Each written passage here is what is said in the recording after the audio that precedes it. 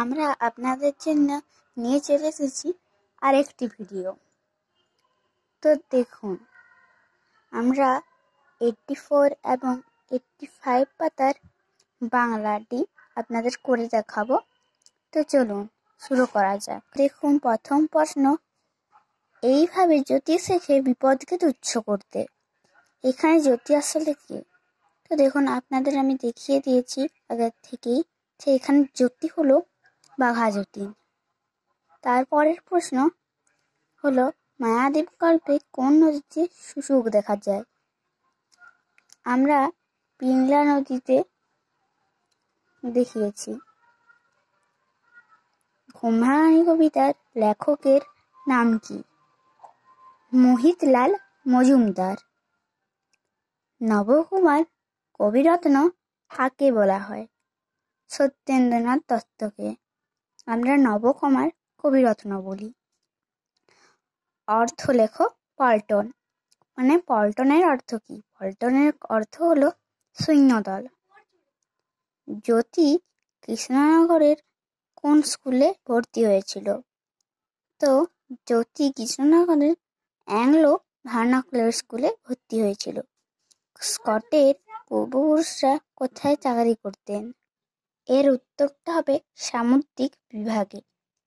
আলো নাটকে কয়টি চরিত্র আছে? আলো নাটকে 4টি চরিত্র আছে। শক্তি সওদাগরকে কি নজরানা দেয়? শক্তি সওদাগরকে মুক্তামালা নজরানা দেয়। ফেরাজ খায়ের বাড়ি কোথায়?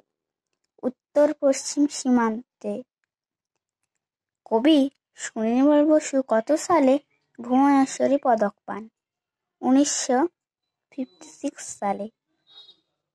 একটি ক্রিয়াবাচক বিশেষ্যের উদাহরণ দাও। গমন। এছাড়া আরও আছে, কিন্তু আমরা ট্রান্সসার্চ করছি যেহেতু 4টি অপশন দেওয়া থাকে, এর মধ্যে হবে গমনটি। বনভোজন কবিতাতে কটি মেয়ে কথা বলা হয়েছে? 4টি মেয়ের কথা বলা হয়েছে। সবার আমি ছাত্র কবিতায় মৌন মহান হতে কবিকে কে শিখিয়েছিলেন?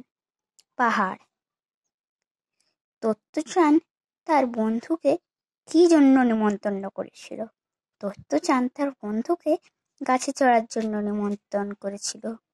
গোলাম মোস্তফা কবে জন্মগ্রহণ করেন? এটি হবে 1887 খ্রিস্টাব্দে। শূন্য স্থানে বসাও।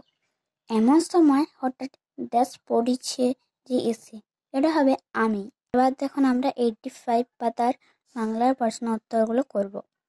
ছেলেবেলায় দিনগুলি গদ্যাংশে যে যুদ্ধের নাম করা হয়েছে সেটি কি? সেটি হলো পটগুলটি সোয়ার। লুসাই পাহাড়ে সূর্য কটায় দেখা যেত? লুসাই পাহাড়ে সূর্য 9টা 10টায় দেখা যেত। রবীন্দ্রনাথ ঠাকুর কত বছর বেঁচে ছিলেন?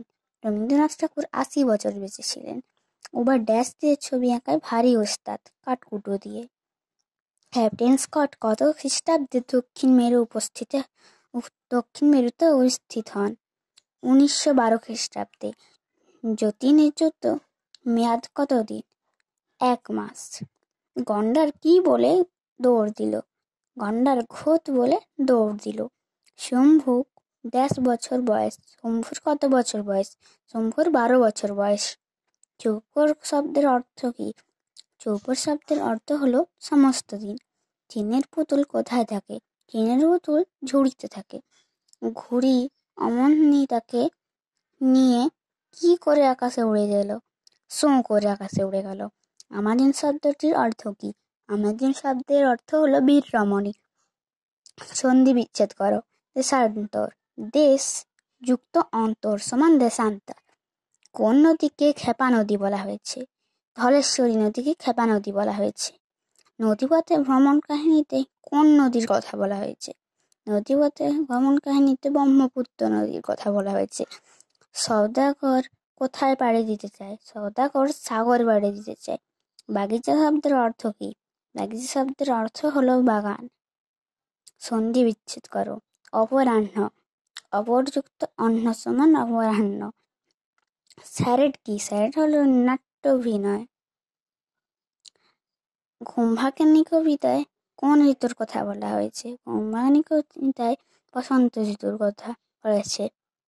আজ এই পর্যন্তই, বাকিটা আমি পরে আপনাদের করে দেখাবো।